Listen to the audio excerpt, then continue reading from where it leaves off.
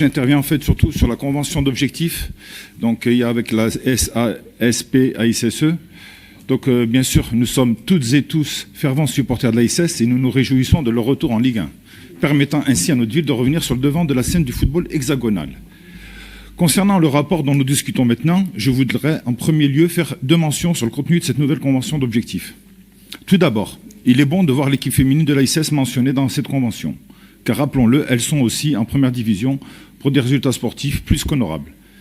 Également, il semble que nos critiques aient été écoutées car il n'est cette année plus fait mention d'une photo officielle avec les représentants de la ville de Saint-Étienne, mais juste d'une photo officielle. Est-ce que dans ce cadre, vous pouvez nous confirmer que la photo comportera bien exclusivement les joueurs et le staff? Nous sommes très attachés au fait que le soutien envers notre club de football ne soit pas utilisé comme un vecteur de communication afin de redorer votre image. Que ce soit à travers la séance de dédicace, la distribution des 5000 posters à la discrétion de la ville ou encore les quelques animations destinées à une poignée de clubs seulement.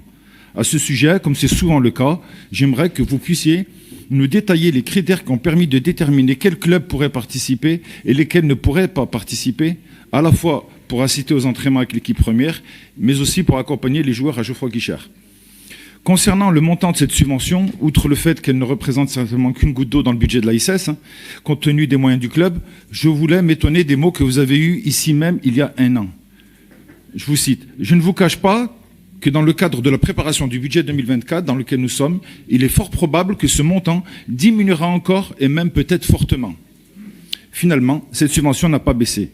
Mais dans le même temps, ce sont les petites associations sportives, les structures d'éducation populaire et plus globalement l'ensemble du tissu associatif stéphanois qui ont vu leur subvention se réduire en peau de chagrin.